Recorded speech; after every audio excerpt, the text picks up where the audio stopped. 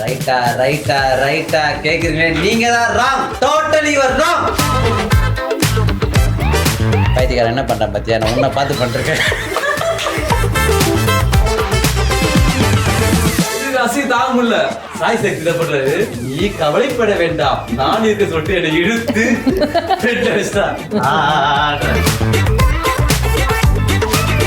Forest மாதிரி இருக்கும், நல்லா காடு மாதிரி இருக்கும். அப்பதான் அந்த பேய் கதைகளை சொல்லி இங்க எத்தனை சுற்றுலா வந்துருக்கும்.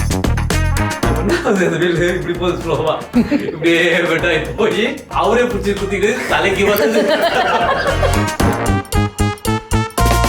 இப்போ அடுத்த செக்மெண்ட் என்னன்னா, அமுதவாணன் சார் நீங்க மிமிக்ரி பண்ண போறீங்க அண்ட் பழனி பட்டாளம் சார் அதை ஆக்ட் பண்ண போறீங்க. நான் ஒரு லிஸ்ட் ஆஃப் நேம்ஸ் கொடுக்குறேன், அதை நீங்க பண்ணணும். So first legend Saravanan sir. இனிமே நான் அடிக்கிற ஒவ்வொரு அடியும் ஸ்ட்ராங்கா இருக்கண்டா, வேலை என் பையன்டா. அந்த இருக்கு நமஸ்காரம்.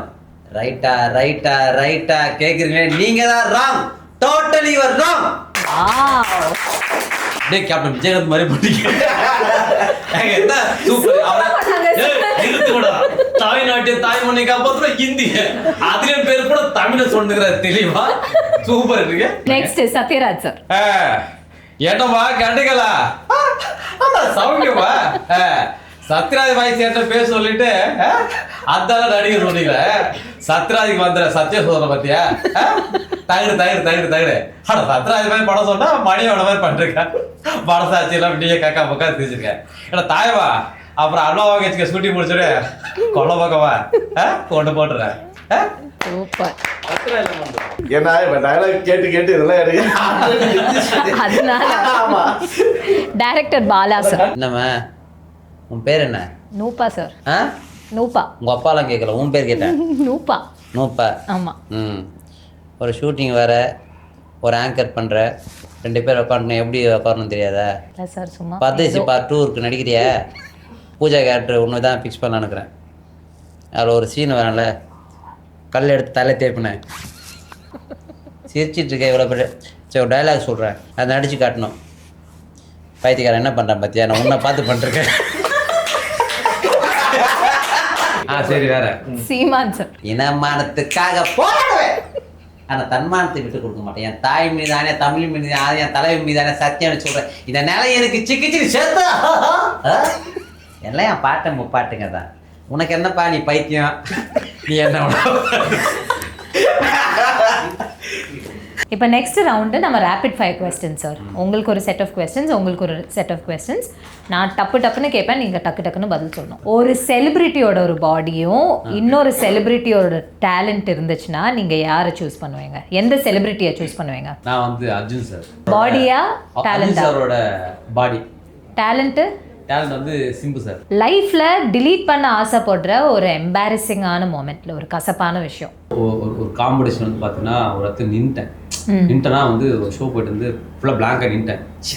இது மட்டும் ஒரு காமெடியாக போயிடுச்சு. காமெடினா அது இப்போ சொன்னால் செம காமெடியாக தான் இருக்கும், ஆனால் அப்போ அது ரொம்ப சீரியஸாக போச்சு. ஏன்னா அந்த காம்படிஷன் பொறுத்த வரைக்கும் ஐயோ இந்த இடத்த மட்டும் வரக்கூடாது, இந்த இடம் மட்டும் அவங்க வந்துடக்கூடாது.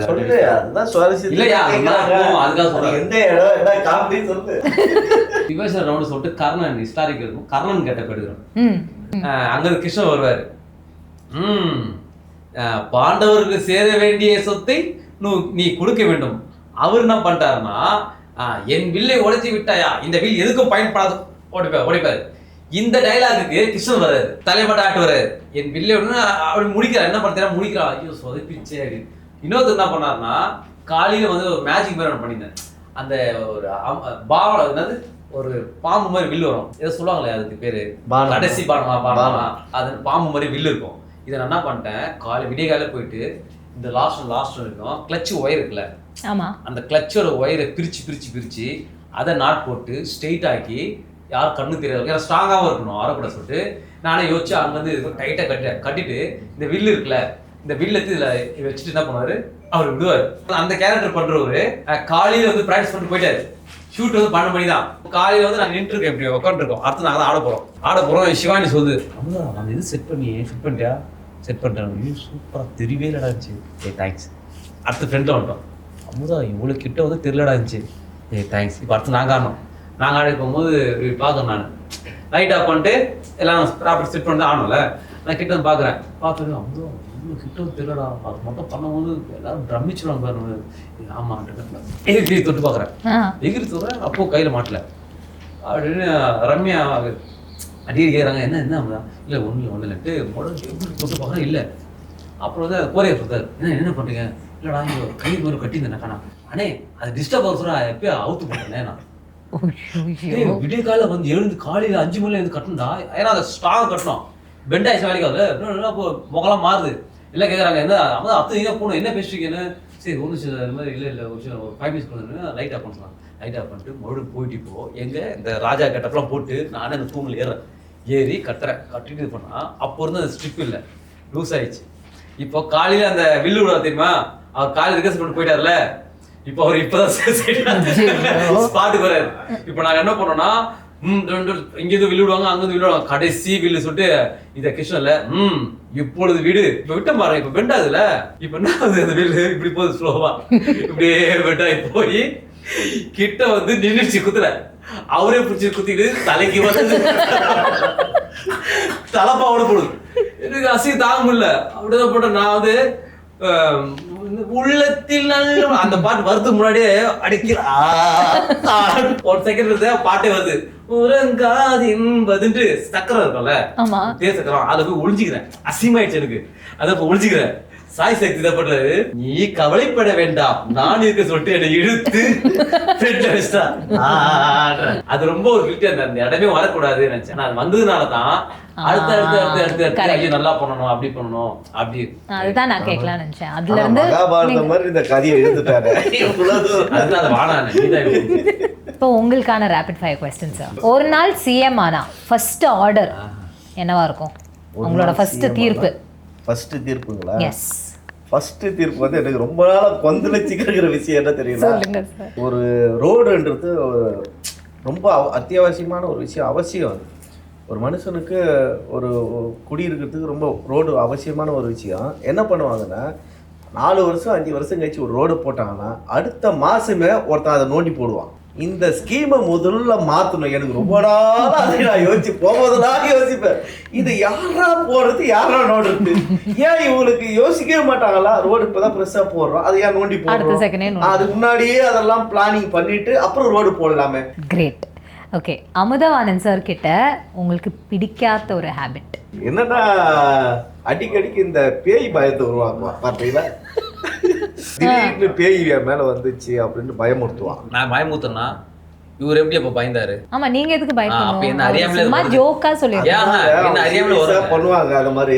இவர் தெளிவான ஆளுங்க, இவர் அதெல்லாம் இல்லன்னு ஒரு சொல்ற ஒரு ஆள் தான். ஆனா இவர் எப்படி அதை பத்தி பேசாத இது அதை சொல்ற ஒரு பயப்படுறாருன்னா, அப்ப என்ன அறியாம ஒரு விஷயம் வந்தது. நைட்ல டிராவல் பண்ணுவோம். ஓ, அந்த டைம்ல நைட்ல 12-1 மணிக்கு டிராவல் பண்ணுவோம். அப்ப பாத்தீங்கன்னா ஃபுல்லா ஃபாரஸ்ட் மாதிரி இருக்கும், நல்லா காடு மாதிரி இருக்கும், இருட்டு இருட்டுல வண்டி வெளிச்சம் அந்த மாதிரிதான். வண்டி வெளிச்சம் மட்டும் தான் அவ்வளவு இருட்டு இருக்கும். அப்பதான் அந்த பேய் கதைகளை சொல்லி இங்க எத்தனை சுடுகாடு வந்துருக்கும் மேலத்தான நம்ம போய் எல்லா நேரத்துலயும் சொல்ல மாட்டேன். சில நேரத்துல சிச்சுவேஷன் கரெக்டா அந்த வைப் வந்தா தான் நான் சொல்லுவேன். சொல்ல முடியாது, ஆட்டோமேட்டிக்கா நம்ம தெரியல. இந்த இடத்துல சுடுகாடு இருந்திருக்கும். இப்ப இந்த ரோட்டுக்கு மேல நம்ம போயிட்டு இருக்கோம்ல, எத்தனை சுடுகாடு அழிச்சு ரோடு போட்டிருப்பாங்க. அப்ப கீழே வந்து பணத்தை பதிச்சிருப்பாங்கல்ல, அது மேல தானே ஆக்சிடென்ட் ஆகுதுன்னா சாதாரண கிடையாது. பட்டாலும் நைட்ல சொல்லுவான், டேய் ரன்னிங்ல இருக்கிறோம், நைட்ல போறோம், ஏன்டா இப்பெல்லாம் இந்த கதையை எடுக்கிறோம் கம்ப்யூட்டர்னாக்கா அவனை கண்டினியூ போயிட்டுருவான். அப்படி நீங்க சொல்லுங்க. ஆமா, டிரைவர் எல்லாம் பயந்து போய் ஒரு முறை வண்டியில எடுத்து போய் விடலாம் போயிட்டா நடந்தது. கிரேட். அந்த மாதிரி பயமுறுத்தி விட்டுருவா போல, அதுதான் பிடிக்காது. பயமுறுத்தல, அது எனக்கு அப்படி தோணும். அந்த டைம்ல அவருக்கு அப்படி தோன்ற விஷயம். நம்ம 2 பேரும் ஒரு நாள் டிராவல் பண்ணலாம். இதுக்கப்புறம் அது நைட் டிராவல் நோ இன்டர்வியூ பண்ணுவாங்களான்னு கூட டவுட் தான்டா. டிராவல் வேற பண்ணுவா. Super sir, thank you so much.